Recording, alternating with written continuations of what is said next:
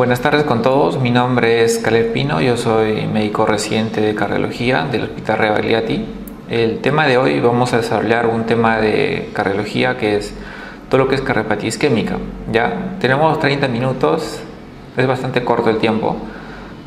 Vamos a tratar de hacer un repaso de las cosas más importantes que ustedes tienen que recordar, bueno, su defecto y repasando, aprendiendo respecto a lo que es cardiopatía isquémica. Entonces, a grandes rasgos, la cardiopatía isquémica puede ser aguda o puede ser crónica.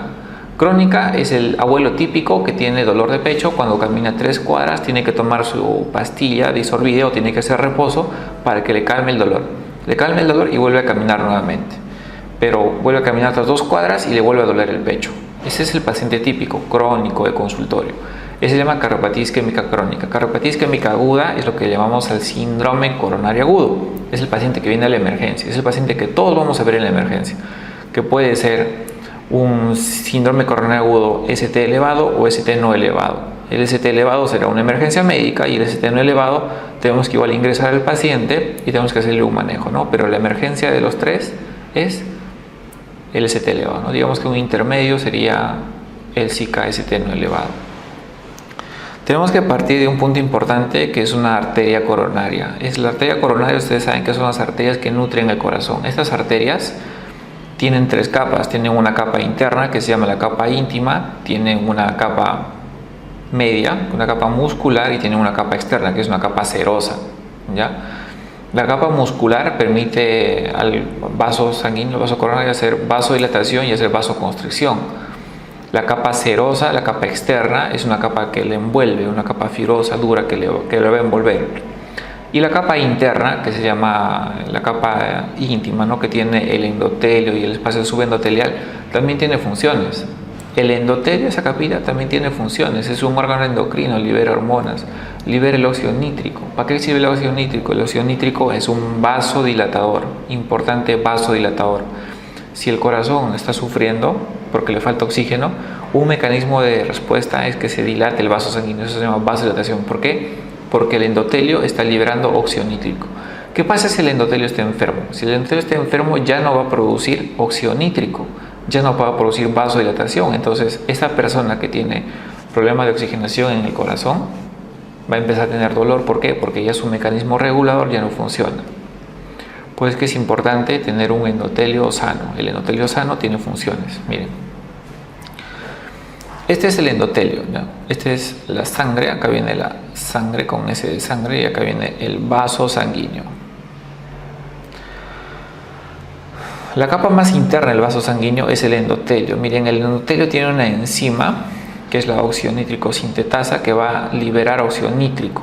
El óxido nítrico es importante para la vasodilatación. Pero no solamente el endotelio produce óxido nítrico, miren, tienen otras funciones. Disminuye la adhesión de las células inflamatorias, leucocitos. Disminuye la inflamación, porque estas células cuando vienen son problemáticas, ¿no? Macrófagos, células cebálogos, son problemáticas. ¿Por qué? Porque generan y exacerban la inflamación. El endotelio normal también no solamente es función antiinflamatoria, función vasodilatadora, miren, sino también evita la adhesión y la agregación plaquetaria, es decir, es un antitrombótico. Un endotelio sano, antitrombótico. Ya. Entonces, ¿cómo uno cuida su endotelio? Pues comiendo sano, haciendo ejercicio, si tiene diabetes controlando, si tiene hipertensión controlando. Por otro lado, los hábitos nocivos son los que enferman el endotelio. Si el endotelio está enfermo, como pasa acá por ejemplo, el endotelio está enfermo, miren, es un endotelio por el cual pasan las células inflamatorias. Es decir, que estas células son problemáticas. Esas células generan exacerbación de la respuesta inflamatoria. No solamente van a pasar, sino van a llamar y van a reclutar a más células para que pasen al espacio subendotelial y generan inflamación en el espacio subendotelial. Un endotelio enfermo va a permitir que el colesterol pase a la célula, pase al espacio subendotelial. El colesterol pasa y pasa como una sustancia oxidada. Esa sustancia oxidada es inflamatoria. Los macrófagos inicialmente, las células cebadas inicialmente, los monocitos inicialmente lo que hacen es fagocitan las células de colesterol que están dentro del espacio subendotelial, ¿no? Ingresan para eso, pero comen tanto de que se saturan se mueren y todo ese colesterol más los radicales, todo se libera ahí y eso genera inflamación, ¿ya? Y eso genera también las células cebadas con el tiempo. Va a generar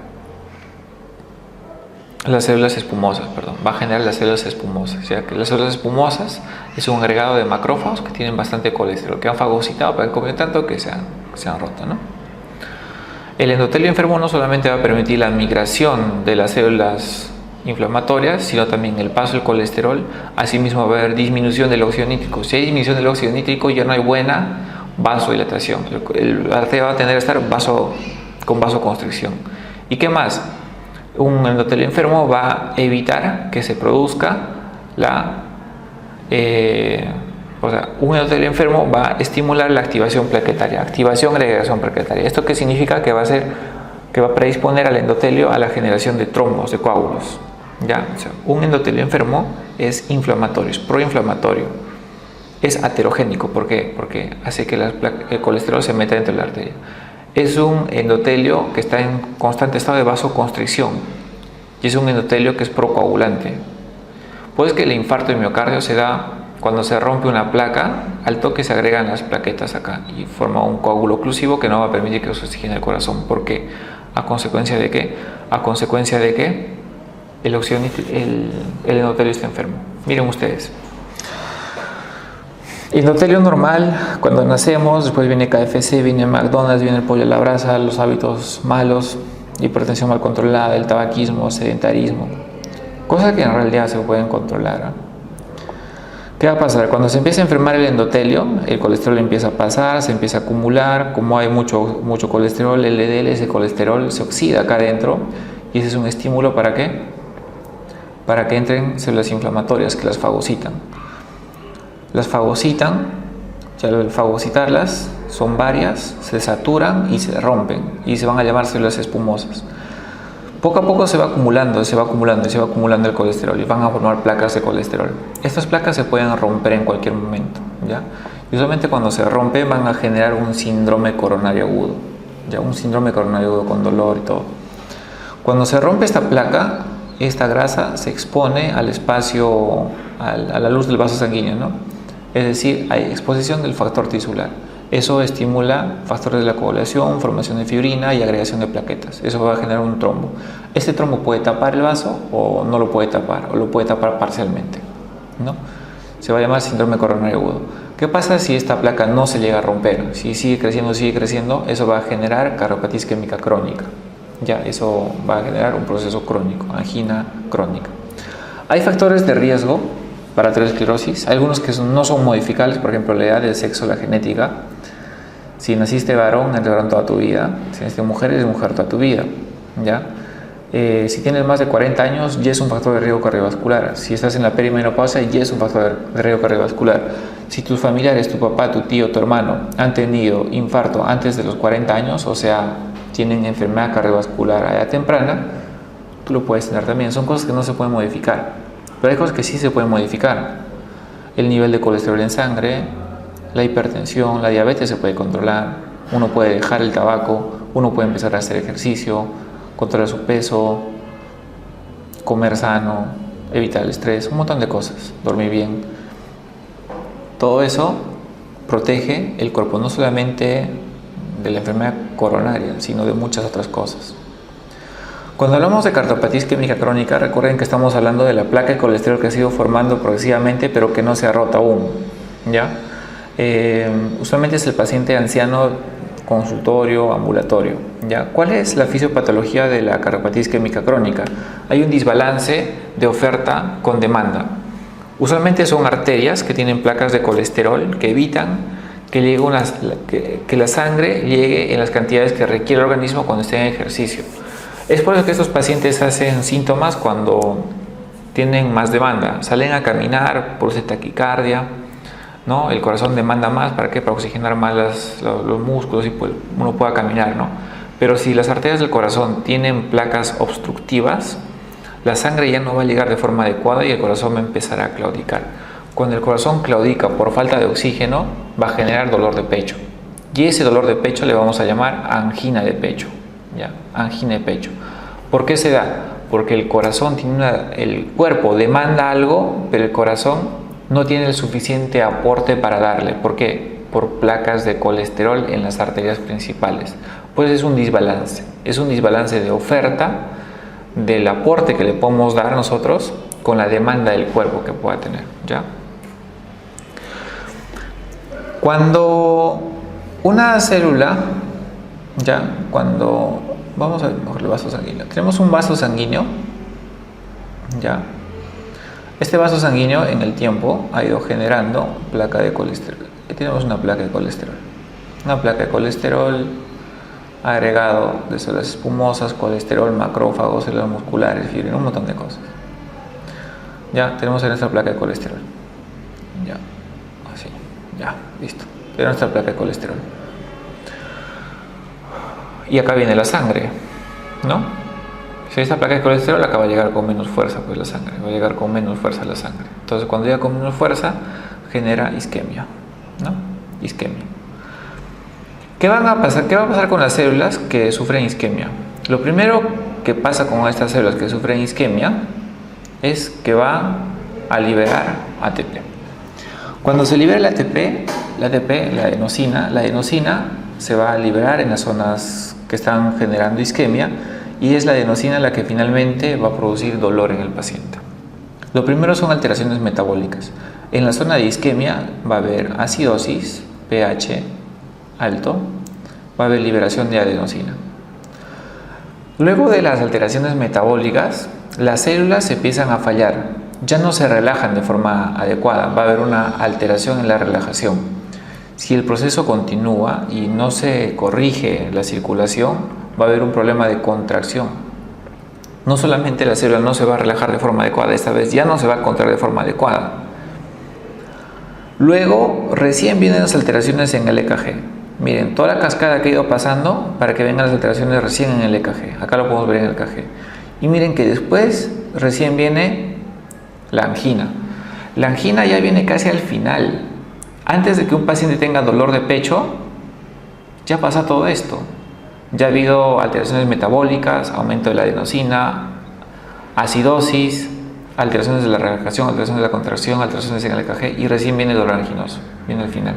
Pues que hay muchas pruebas que permiten ver isquemia pese a que el paciente no tiene dolor. Eso se llama isquemia silente, ¿no? Por ejemplo en los diabéticos.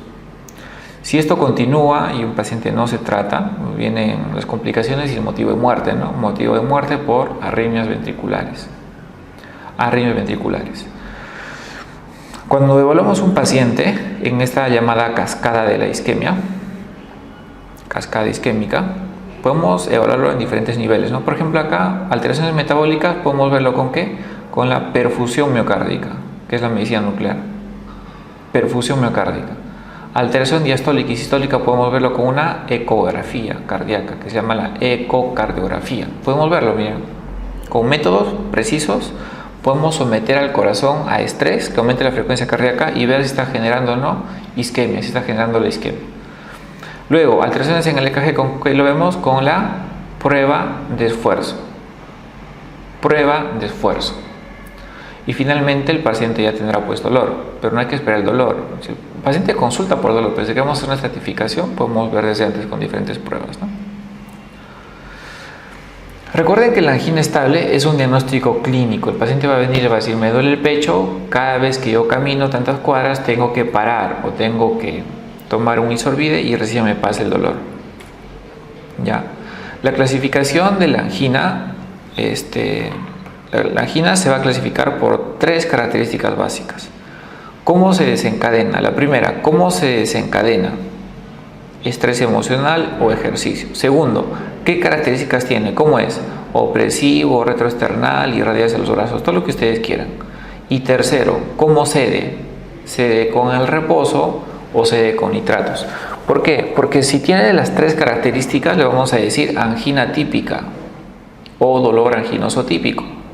Si tiene dos de las tres le vamos a llamar angina atípica o dolor anginoso atípico. Y si tiene solamente una le vamos a decir dolor no anginoso. Si quieren, dolor torácico no anginoso, ¿no? Si quieren. Son formas de clasificar a la angina. Entonces, si uno tiene angina típica, prácticamente eso es diagnóstico. Alguien puede tener angina atípica, por ejemplo, diabéticos, ancianos, mujeres. No cumplen los 3 criterios, entonces probablemente lo tengan, no es absoluto, ¿no? Ya habíamos dicho la importancia de la ergometría en los pacientes que tienen angina. ¿Qué va a ser la ergometría? Sometemos al paciente a ejercicio y vamos a ver cómo se comporta el EKG.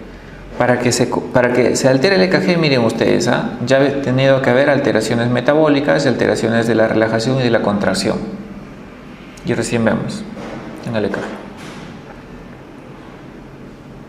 La ecografía permite ver de una forma más precoz. Al paciente también le podemos hacer que haga ejercicio y le hacemos ecografía ese rato y vemos su corazón cómo va, cómo responde. Si hay zonas que se relajan mal, si hay zonas que se contraen mal, ¿no? El cateterismo cardíaco es un método que sirve para ver las arterias coronarias por dentro, ver cómo están, si tienen placas o no. Miren, por ejemplo acá, no, vamos a graficar esto afuera. Tenemos acá una célula, un vaso coronario y tenemos acá una placa importante, ¿no? Esta es la placa importante. Esto lo podemos ver como se llama el examen, se llama cateterismo cardíaco, que es prácticamente el gol estándar, ¿no? Podemos ver la placa, entonces sabemos ya, ahí tiene lesión, entonces vamos a ver, lo tratamos, no lo tratamos, ¿no? Es gol estándar. Todos los métodos anteriores, prueba de esfuerzo, ecografía, medicina nuclear, ¿sirven para qué? Para determinar si el paciente va a ir o no a cateterismo y si lo tenemos que tratar o no. ¿Ya? Miren, así es un cateterismo cardíaco. Ustedes saben que las arterias coronarias son dos, una derecha y una izquierda. Esta es la coronaria derecha y esta es la coronaria izquierda. La coronaria izquierda, como ustedes saben, tiene 2 ramas importantes, que es la descendente anterior y la circunfleja. Acá arriba la descendente anterior y acá la circunfleja, ¿no? Y acá a la derecha están los 3 vasos principales. Entonces uno puede ver, así imágenes de cine en movimiento, dónde está la obstrucción, ¿no? Y según eso le asigna un tratamiento. Cuando manejamos la angina estable hay que diferenciar fármacos o medidas que alivian los síntomas, básicamente el dolor, motivo de la consulta. Pero también hay medicamentos que mejoran el pronóstico, que evitan la muerte del paciente o que evitan el infarto o el reinfarto si el paciente ya lo tuvo anteriormente. Asimismo, hay medidas que son importantísimas, que es el control de las comorbilidades y los factores de riesgo cardiovascular. ¿Ya? No solamente es darle pastillas, sino control de las comorbilidades. Control de síntomas. ¿Qué cosa controlan los síntomas? Por ejemplo, beta bloqueadores. Son buenos antianginosos. Beta bloqueadores. ¿Cuál es su mecanismo? Disminuyen el trabajo miocárdico, ¿no? Disminuyen la frecuencia cardíaca, la fuerza de contracción, entonces disminuyen el trabajo cardíaco. Antagonistas de los canales de calcio no diuretínicos. Estamos hablando del verapamilo y el diltiazem. Estos que hacen, su mecanismo es de bajar la frecuencia cardíaca. Si bajan la frecuencia cardíaca, también disminuyen el trabajo del corazón. Si ustedes yo les doy para que trabajen 12 horas, se van a cansar, ¿no? De forma seguida. Pero si yo les bajo a 6 horas, obviamente que el cansancio va a ser menos. Eso es lo que hacen los beta bloqueadores y los calcio antagonistas. Disminuyen el trabajo del corazón al bajar la frecuencia cardíaca. Los otros medicamentos son los nitratos, por ejemplo el dinitrato de isosorbide, por ejemplo acá hay de 5 miligramos, ¿no? Que es el isorbide de 5 miligramos. Su nombre completo es dinitrato de isosorbide de 5 miligramos. Este, por ejemplo, se usa para los ataques de angina, ¿no? Según uno se pone una tabletita debajo de la lengua y le pasa el dolor. También está el mononitrato de isosorbide, que lo podemos dar en horario, ¿no? Lo podemos dar en horario, o la nitroglicerina en parches, ¿no? Nitroglicerina en parches, ¿no? Los nitratos son buenos antianginosos. Cuando no podemos controlar el dolor con beta bloqueadores, con calcio antagonistas, con nitratos, tenemos que usar otro tipo de medicamentos. Y para esto han surgido estos medicamentos. ¿Qué es la ivabradina? La ivabradina es un inhibidor de las corrientes IF, ¿ya? Del nodo sinusal. Lo que hacen es bajar la frecuencia cardíaca. Bajan la frecuencia cardíaca. Si bajan la frecuencia cardíaca, ¿qué es lo que hacen? Disminuyen el trabajo cardíaco. La ranolacina. ¿Qué es lo que hace la ranolacina? La ranolacina disminuye mejora la relajación. Mejora la relajación del músculo cardíaco. Ustedes, como recordarán, en la cascada de la isquemia, después de las alteraciones metabólicas viene la alteración de la relajación. Pues la ranolacina trabaja a ese nivel, mejora la relajación. Si mejora la relajación, ya no viene las alteraciones de la contracción, ya no viene la alteración del EKG y ya no viene el dolor. Entonces, es una forma de controlar el dolor. Cuando no podemos controlar con varios medicamentos, podemos ir a los opiáceos para control del dolor, ¿no? Entonces, yo les había comentado que la angina estable es un desequilibrio de las demandas que uno tiene y las ofertas que uno puede darle, ¿no? Hay poco aporte, ¿por qué? Por la aterosclerosis. Hay un desequilibrio con la oferta, por ejemplo, en el ejercicio. Ejercicio con aterosclerosis, el paciente va a tener molestias. Entonces, ¿qué hacen los casos antagonistas? Disminuyen la frecuencia cardíaca, disminuyen el trabajo cardíaco, pero aparte, como son vasodilatadores, si son vasodilatadores, disminuyen la postcarga. Los beta bloqueadores disminuyen la frecuencia cardíaca, disminuyen la contractilidad, disminuyen el trabajo cardíaco. ¿Qué hacen los nitratos?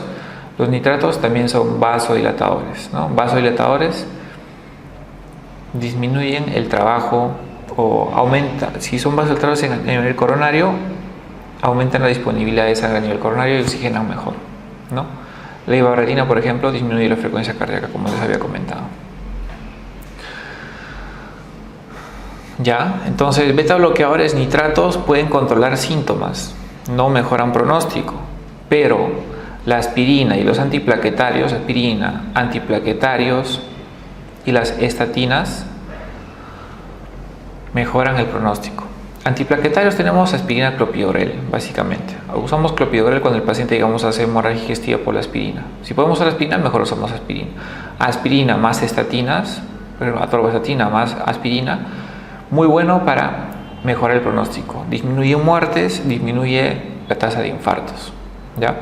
Y lo otro importante para mejorar el pronóstico es comorbilidades. Si el paciente es diabético, pues que se controle su diabetes. Si es obeso, que se controle, que baje de peso. Si es hipertenso, que controle la presión, ¿ya? Si fuma, que deje de fumar. Si es sedentario, que haga ejercicio. Es un manejo integral. Y esto, si uno controla las comorbilidades y todo, también mejora su pronóstico.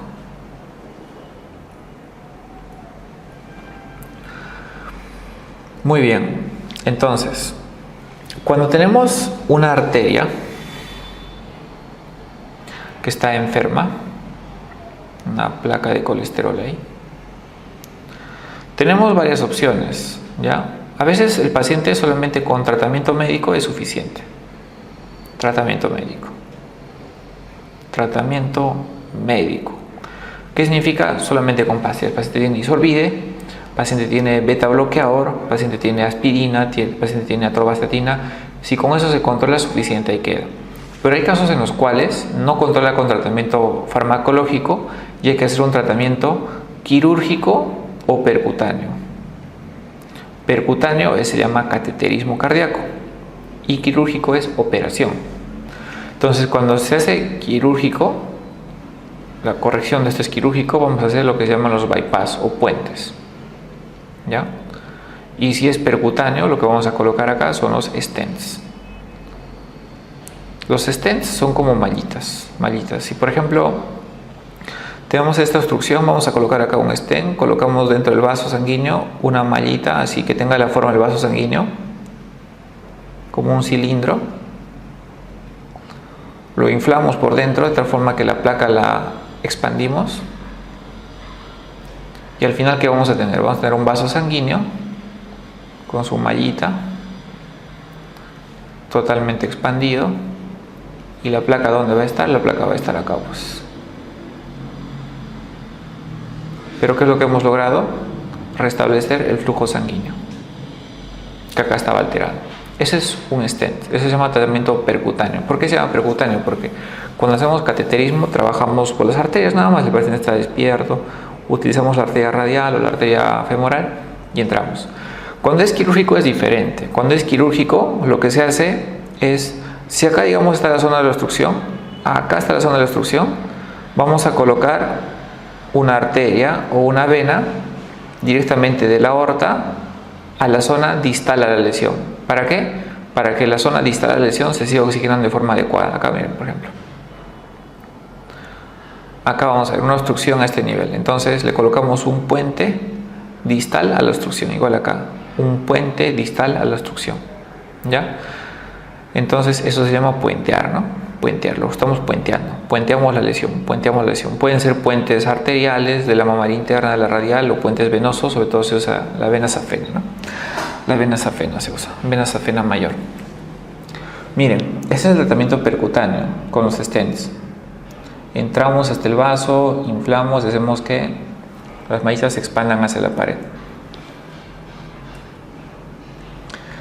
Cuando decidimos si tratar uno u otro, entonces si revisan las guías, lo que les recomiendan las guías es usar un score, una escala que se llama el score de Syntax. El score de Syntax sirve para ver la anatomía coronaria como está. ¿Qué quiere decir el score de Syntax? Que cuando hay muchas lesiones, cuando el corazón las arterias tienen lesiones por todo lado, es mejor la cirugía. Pero cuando son lesiones en pocos vasos o son zonas bien localizadas, son mejor los stents. Es decir, cuando son lesiones multivaso, 3 o más vasos, tronco, o 3 o más vasos, es mejor cirugía. Pero cuando son lesiones de 1 o 2 vasos, es mejor el percutáneo. ¿Ya? El Syntax, puntos de corte 23 y 32. Cuanto más alto esté el Syntax, la anatomía es más compleja, se beneficia más de cirugía.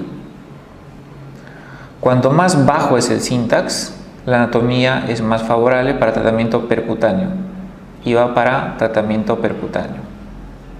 Intervencionismo coronario percutáneo. ¿Ya? Entonces el Syntax se puede obtener a través de computadoras, vemos la anatomía cómo está, hacemos sumatoria y todo y sale el Syntax. ¿Ya? Pero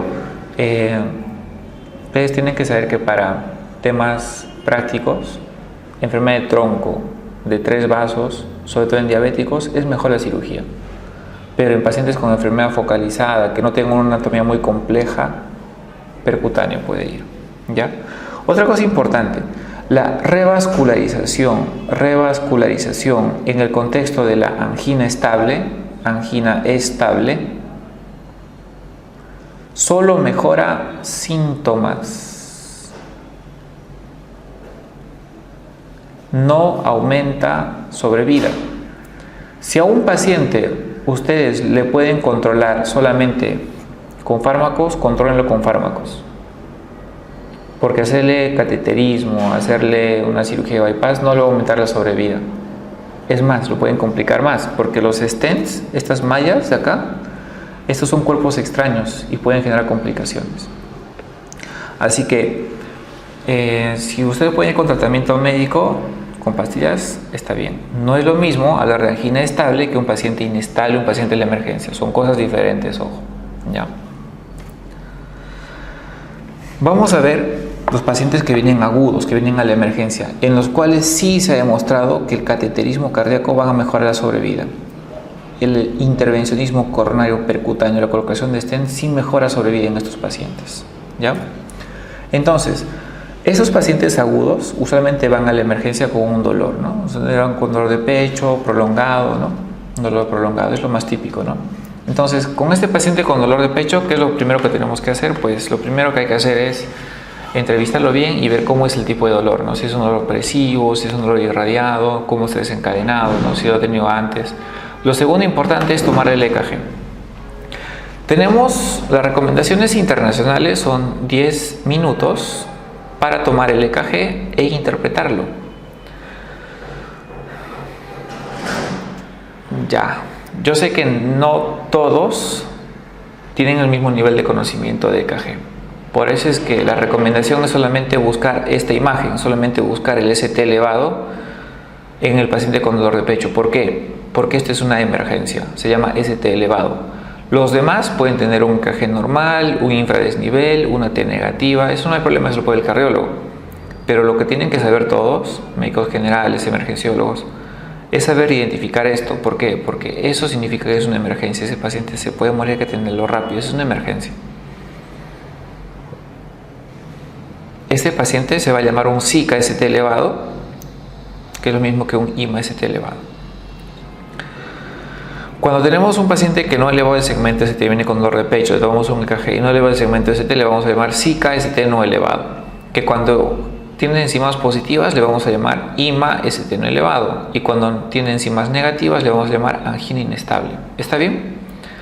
Cuando el SICA-ST no elevado tiene enzimas positivas le vamos a llamar IMA-ST no elevado, y cuando el SICA-ST no elevado no eleva, y cuando no eleva enzimas se va a llamar angina inestable. ¿Ya? Recuerden que esta es la emergencia, y si quieren acá le decimos urgencia.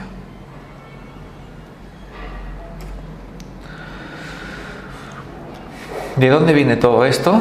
Recordemos que es un paciente ya que ha ido formando placa progresivamente en el tiempo hasta que esta placa se ha vuelto una placa vulnerable y se ha roto. Miren ustedes, se ha roto, se ha expuesto el contenido subendotelial, factor tisular, ha generado formación, agregación plaquetaria, activación plaquetaria, formación de fibrina y un coágulo. Si este coágulo obstruye totalmente se va a llamar un ST elevado.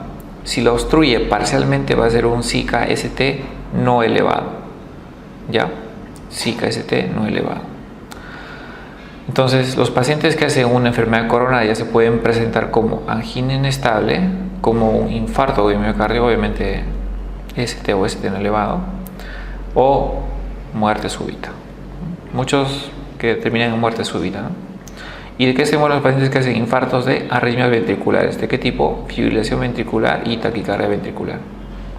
Se mueren de arritmias. Entonces, si uno previene la generación de arritmias, uno controla y evita la muerte de sus pacientes, ¿no? La fisiopatología de la mayor cantidad de los infartos es por un accidente de placa. Un paciente que tiene placa en sus arterias se rompe y acá se forma un coágulo obstructivo. Hay otro tipo de pacientes que vienen con dolor torácico con ST elevado, que más su mecanismo de producción es un vasoespasmo. El vaso se espasma, ¿ya? Puede ser porque el paciente es usuario de cocaína, sobre todo en gente joven, cocaína. O que sea una angina de Prince-Metal. Una angina de Prince-Metal es una angina por vasoespasmo, ¿ya?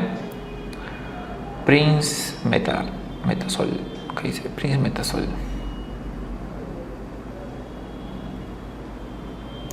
¿Ya? Entonces, no es lo mismo un accidente de placa que un vasoespasmo. Y vasoespasmo hay que recordar pacientes jóvenes que hacen ST elevado, cocaína, ¿ya?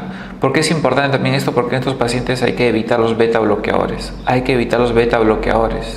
¿Ya? Porque estos van a aumentar más angina, ¿ya? ¿Cómo se presentan estos pacientes con dolor, con síndrome coronario agudo? Pues la presentación es con angina, ¿ya? Hay 4 formas de presentación según la guía. Primero, el paciente puede tener un dolor prolongado, un dolor de más de... ¿Qué es lo más típico? Doctor, estoy con dolor de pecho hace 2 horas. Ya. Dolor prolongado, se dice prolongado más de 20 minutos. El otro, en los últimos 3 meses empezó a tener dolor de pecho, hasta clase funcional 2 o clase funcional 3. Clase funcional 3 significa con mínimas actividades, se levanta para ir al baño y ya tiene síntomas. Ya. Eso también hay que hacernos pensar, un síndrome coronario agudo.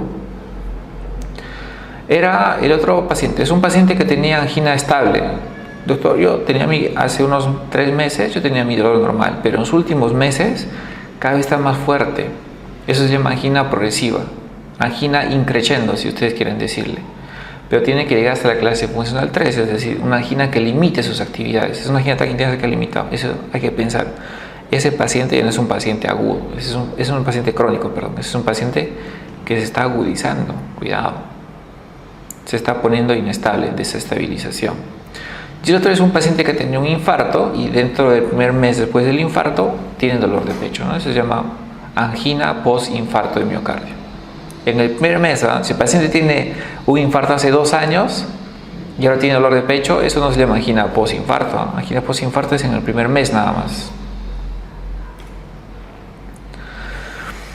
Muy bien, entonces, para que nosotros podamos definir un infarto de miocardio, el criterio más importante es el criterio enzimático, ¿ya? Para definir infarto de miocardio, el criterio más importante es el criterio enzimático. No es el dolor de pecho, por si acaso, no es el EKG, es el criterio enzimático, que tiene que estar unido a uno de los siguientes, ¿no? Sea ecografía, que no está acá, ecografía, sea cateterismo o necropsia, ¿no? Si el paciente ya murió, sea la clínica del paciente o sea el EKG.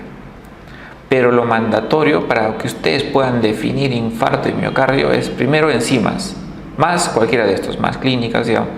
Clínica más enzimas, ahí es un infarto. EKG más enzimas, infarto. Cateterismo cardíaco más enzimas, infarto.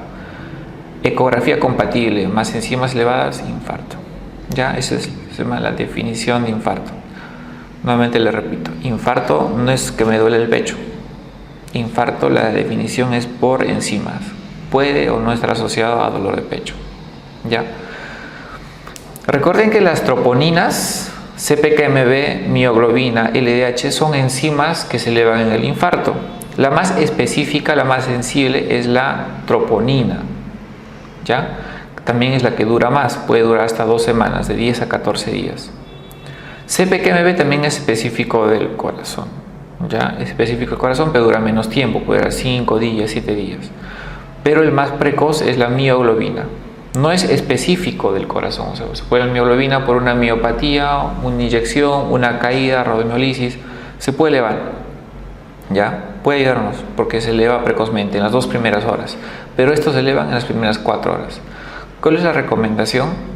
Si un paciente viene con 2 horas de dolor, ¿qué vamos a hacer? Y nuestro hospital no tiene mioglobina, no le tomamos nada. No, pues hay que hospitalizarlo y le tomamos sus enzimas igual, porque si están negativas, probablemente de acá a un tiempo ya vayan a elevarse, porque no se elevan de forma inmediata, entonces de acá a un tiempo le volvemos a tomar enzimas. Si estaba negativo al inicio y ahora está positivo, y al día siguiente sube más todavía, significa que está haciendo curva enzimática. El EKG es importantísimo, ¿ya? Y sobre todo lo que hay que buscar en el EKG es el supradesnivel. Este es, miren, el EKG, mira, onda P, QRS y la onda T negativa acá. Onda P, QRS, acá el segmento ST está elevado y la onda T también está positiva. Se llama ST elevado. Este es lo que hay que buscar. Eso es lo que debemos buscar, el ST elevado. ¿Ya? Esa es la emergencia. Cuando buscamos un paciente con infarto, la emergencia es buscar el ST elevado. Consigamos EKG elevado cuando el punto J, que es la unión del QRS con el segmento ST, esté elevado más de un cuadradito. ¿Ya? Excepto en las derivaciones B2 y B3. En B2 y B3 es diferente en varones y en mujeres. Los varones menos de 40 años, ¿ya? Los varones menos de 40 años pueden tener hasta 2 cuadraditos y medio y ser normales. 2 cuadraditos y medio y ser normales. Cuando son más de 40 años, 2 cuadraditos pueden ser normales. Por encima de eso ya está alterado. Y en las mujeres es un cuadradito y medio. En esas 2 derivadas, ¿ya? B2 y B3. Son criterios para definirlos, ¿no? Recordemos que en el EKG hay diferentes derivadas que ven diferentes caras, ¿ya? Por ejemplo, en las derivadas precordiales, B1 y B2 ven la región septal, B3 y B4 ven la región anterior. Si sumamos B1 a B4 sería anteroseptal. B5 y B6 ven la cara lateral, ya lateral baja. En cuanto a las derivadas de los miembros, 2, 3 y ABF ven la cara inferior. 1 y AB le ven la cara lateral, si quieren lateral alto. ABR no mira a ninguna de las 2 derivadas, a ninguna derivada, ninguna cara específica del corazón. Acá dice que B7, B8, incluso B9 pueden ver la cara posterior y así es. Si ustedes ponen el EKG, no solamente en el pecho, sino también en la espalda, van a tener B7, B8 y B9 del infarto de cara posterior. Acá tenemos, por ejemplo, un paciente con un infarto de miocardio. Miren, por ejemplo, acá hay supradesnivel en 1, en 2, en 3, en 4, en 5. Toda la cara anteroseptal, ¿no? Anteroseptal. Toda la cara anteroseptal. Es un infarto importante, ¿no? Miren ustedes. Este es el cateterismo cardíaco. Recuerden que el cateterismo cardíaco es pintar las arterias coronarias. Acá está, por ejemplo, la coronaria derecha. Pintamos la coronaria, el paciente está con dolor, está elevando encima, así miren, ¿qué vamos acá? Normalmente la coronaria derecha viene así. Es una forma de C. Pero acá, ¿qué está pasada? Está ocluida, está obstruida. ¿Por qué? Porque hay un coágulo que no permite que pase la sangre. ¿Qué es lo que hacemos con el cateterismo cardíaco? Pues le pasamos una guía, le pasamos balones, le pasamos le ponemos una malla. ¿Para qué? Para que se restituya el flujo sanguíneo a ese nivel.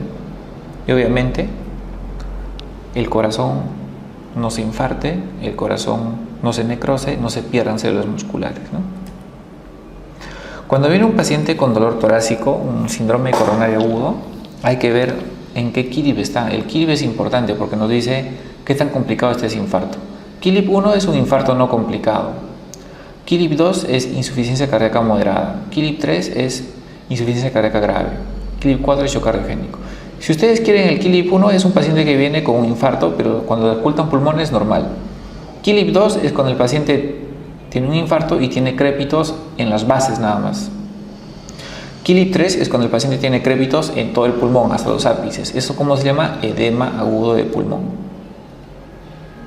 Y KILIP 4 es cuando el paciente, aparte de que está congestionado, aparte de que tiene dolor de pecho, también tiene hipotensión arterial, o sea, está en shock cardiogénico. ¿Por qué es importante? Porque el shock cardiogénico, miren ustedes, cuando describieron los reportes iniciales, 81% de mortalidad. Si tienes un shock cardiogénico por infarto, lo más probable es que te mueras. ¿Ya? Actualmente, con todas las medidas que hay, con todos los avances y todo, 50%. En los mejores centros, 50% de mortalidad. La mayor parte de los pacientes llegan acá. O sea, la mortalidad general de un infarto, 10 a 15%. La mayoría llega en este lugar. No está complicado la mayoría. No está complicado la mayoría. Muy bien, entonces ya por el EKG nosotros definimos si es un SICA-ST elevado o si es un SICA-ST no elevado. Vamos a ver cómo se maneja el SICA-ST no elevado. ¿Ya? Primero, no hay que dar oxígeno a todos, solamente oxígeno si la saturación es menos de 90 o si el paciente tiene insuficiencia respiratoria. El paciente viene con dolor, obviamente. ¿Con qué lo vamos a controlar? Con nitratos o con opiáceos. ¿Ya? Beta bloqueadores podemos usar, sí podemos usar desde un inicio porque son antiarrítmicos, siempre y cuando el paciente no esté descompensado. Estos son factores de riesgo para descompensación: presión sistólica menos de 90, frecuencia cardíaca más de 100, edad más de 75 años. Son factores de riesgo para descompensación del infarto, ¿no? Hay que hacerle una monitorización cardíaca continua porque el paciente puede hacer arritmias, y de hecho las primeras horas es el periodo más crítico donde los pacientes se mueren por arritmias. Si el paciente no está monitorizado, muchas veces no podemos ver la arritmia. El paciente con infarto tiene que estar monitorizado y tenemos que ver el riesgo. No es lo mismo un infarto en un paciente que ya ha sido operado antes del corazón, bypaseado anteriormente, que en un paciente que nunca le han tocado el corazón. Es diferente, el riesgo es diferente, hay que estratificarlos. En cuanto al manejo con medicamentos, ya saben ustedes que la coagulación tiene básicamente la formación del trombo, del coágulo. Trombo depende de dos cosas, ¿no? Depende de las plaquetas por un lado y por otro lado del sistema de la coagulación, que finalmente va a derivar en la fibrina. Imaginemos que las plaquetas son los ladrillos y la fibrina es el cemento. Entonces, tenemos que usar antiplaquetarios. Los antiplaquetarios tienen dos mecanismos, básicamente el mecanismo del tromboxano A2 y el mecanismo del ADP. Entonces, la aspirina bloquea el tromboxano A2 y el clopidogrel bloquea el ADP. Entonces, son por lo menos dos antiplaquetarios, ¿no? Podemos usar aspirina o inhibidores del ADP.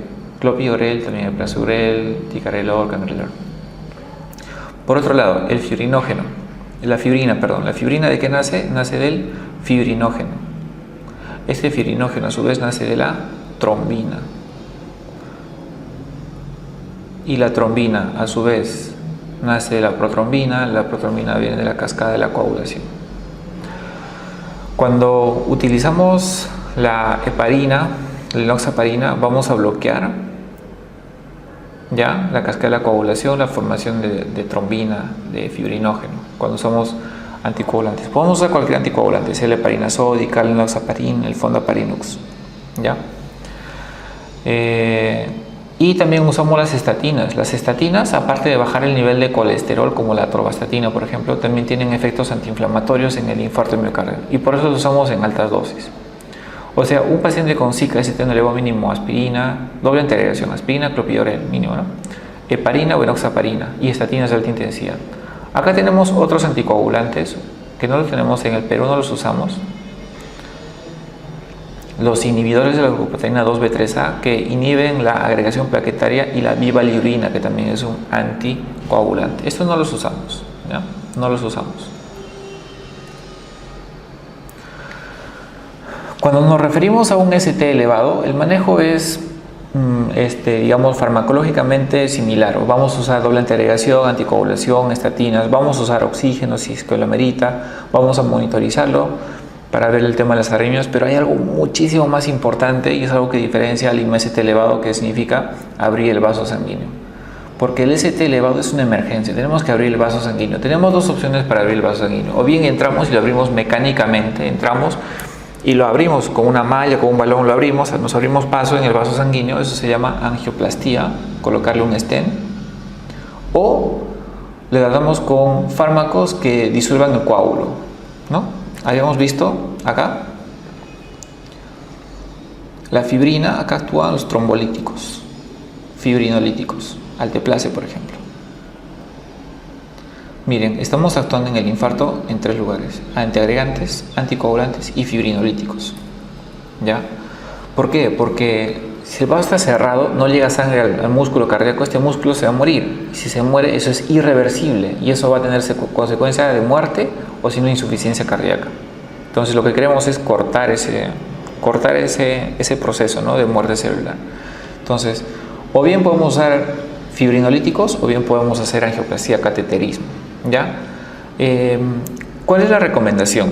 La recomendación es que si ustedes no tienen cateterismo en las primeras 2 horas, mejor háganle fibrinolisis. ¿Qué es lo que pasa en la mayoría de los centros en el Perú? Por el tráfico acá en Lima, los pacientes llegan tarde, sale cateterismo.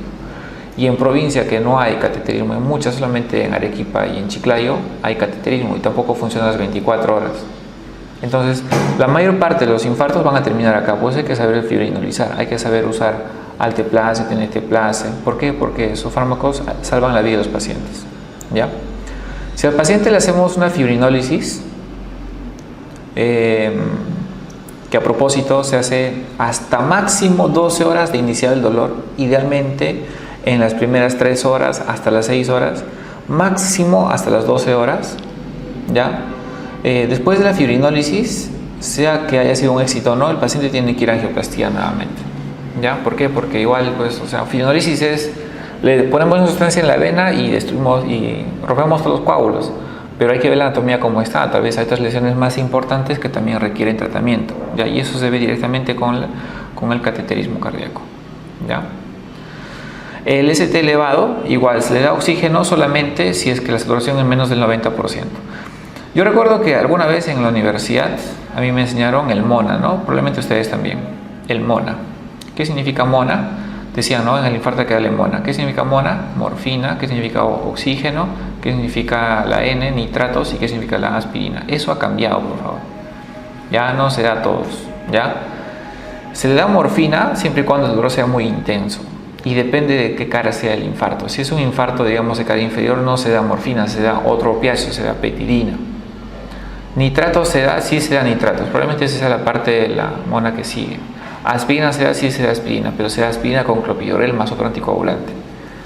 El oxígeno es lo que se ha sacado definitivamente. ¿Por qué? Porque el oxígeno en personas que saturan bien, si uno le da oxígeno, es peor. Por eso hay que darle solamente si la saturación es menos del 90% o si el paciente tiene insuficiencia respiratoria. Yo he dicho que para calmar el dolor podemos usar nitratos, opiáceos. Podemos usar beta bloqueadores siempre y cuando el paciente no tenga contraindicaciones. Podemos usar IECA, SARA-2, sobre todo no es en la fase aguda, esto es ya cuando el paciente está al día siguiente. Poco a poco podemos ir utilizando según cómo esté la respuesta del paciente al infarto, ¿no? Hay que monitorizarlo porque pueden hacer arritmias, ¿ya? Usamos doble antiagregación, aspirina, clopidogrel, usamos anticoagulación. Miren acá, usamos también trombolíticos. ¿Cuáles son los antiguos? Estreptoquinasa. No se usan actualmente porque producen mucho sangrado y producen hipotensión, y porque también producen reacciones alérgicas cuando uno lo usa por segunda vez. Por eso hay los trombolíticos que son los recombinantes, ¿no? Alteplase, tenesteplase, RTplase, que son los nuevos. También usamos las estatinas que son de alta intensidad, estatinas de alta intensidad. Ya, por ejemplo, usar dosis de 40 o 80 miligramos de atorvastatina es alto. ¿Por qué? Porque son antiinflamatorios. Ya les dije que estos medicamentos acá en el Perú actualmente no se usan, ¿ya? Así que no olvidar que en el infarto agudo de miocardio los trombolíticos disuelven el coágulo. Los YECAS y ARA2, una vez que hay necrosis, esa necrosis genera fibrosis, genera activación del sistema renina-angiotensina-aldosterona y eso va a generar remodelado. Usamos los YECAS y ARA2 para evitar el remodelado. Beta bloqueadores, ¿para qué? Para control y prevención de arritmias. Cuanto más antes lo usemos, mejor, siempre y cuando no hayan contraindicaciones. Estatinas estabilizan la placa de ateroma, pero también son antiinflamatorios. Los antiagregantes y los anticoagulantes evitan la formación de trombos, ¿ya? Así que disminuye la mortalidad. Hay que recordar las contraindicaciones para la fibrinólisis. Recuerden que si el paciente ha tenido una cirugía cerebral previa, una hemorragia intracerebral previa, un ACV isquémico en los previos 6 meses, son contraindicaciones. Tumores cerebrales, mucho cuidado, ¿ya? Mucho cuidado. A veces hay que revisarlo siempre antes de hacer una trombolisis a un paciente. Miren, compresión, punciones no compresibles en las últimas 24 horas. Por ejemplo, ¿cuál sería? Biopsia hepática, ¿no? Me tomo una muestra de biopsia hepática o biopsia de riñón. No se puede comprimir, entonces no lo vamos a trombolizar. Esas son situaciones un poco complicadas. En ese caso sí o sí tiene que ir a cateterismo, ¿no? ¿El infarto se puede complicar? Sí, pueden haber complicaciones eléctricas, que son la causa mayor de muerte, y complicaciones mecánicas. Eléctricas sobre todo son arritmias. ¿Cuáles son las más frecuentes? Taquiarritmias, o sea, con frecuencia alta. ¿Cuáles son? La fibrilación ventricular y la taquicardia ventricular. También pueden haber arritmias con frecuencia lenta, por las demás bradiarritmias, ¿no? Bloqueos auriculoventriculares, bradicardia. Complicaciones mecánicas se llaman así porque, digamos, el corazón se puede romper, un músculo se puede romper, la pared libre se puede romper, rotura de pared libre que produce taponamiento cardíaco. Casi todos se mueren si es que no se trata adecuadamente. Rotura de músculo papilar.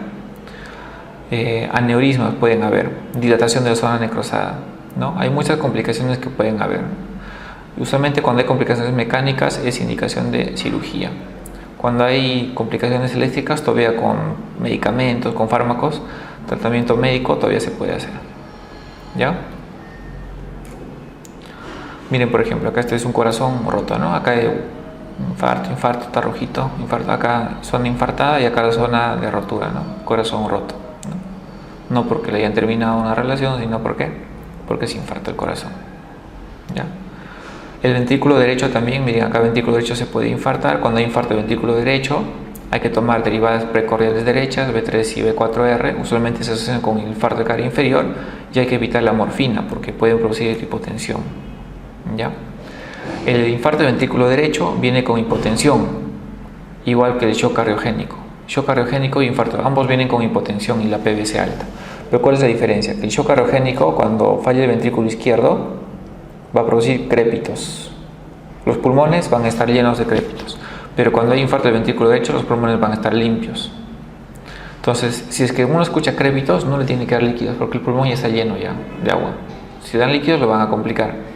Pero en el infarto del ventrículo derecho uno ve hipotensión, PVC alta, no hay crépitos, entonces le puede dar volumen con bastante confianza. Es más, eso le mejora. Si el paciente está con hipotensión por infarto del ventrículo derecho, uno le da bastante volumen, con eso mejora. Ya. Finalmente, para concluir, el balón de contrapulsación intraórtico se usa en el shock cardiogénico, que es la etapa, digamos, más complicada, más avanzada del infarto. Es un balón que se coloca en la aorta torácica descendente por debajo de la arteria subclavia. Es un balón que se infla y se desinfla, ¿ya? Tiene helio en su interior. Se infla cuando el corazón entra en diástole y se desinfla cuando está en sístole. ¿Se infla para qué? Para que la circulación mejore en diástole. Ustedes saben que las coronarias se llenan en diástole, y en sístole, ¿qué es lo que hace? En sístole genera presión negativa, succiona la sangre del corazón y disminuye el trabajo cardíaco. ¿Cuál es su efecto final? Que va a aumentar la irrigación coronaria y va a disminuir el trabajo cardíaco. Aumenta la irrigación coronaria y disminuye el trabajo cardíaco. Entonces eso va a hacer que el corazón trabaje mejor, aumente el gasto cardíaco hasta un 25%. ¿Ya? El balón de contrapulsación que lo usamos en shock cardiogénico. Hasta acá, esta ha sido una revisión breve, bastante acelerada acerca del infarto de miocardio. Siempre repasen estos temas, las guías se van actualizando cada cierto tiempo. Si hay alguna duda, alguna pregunta, no duden en hacérmelo llegar. Gracias.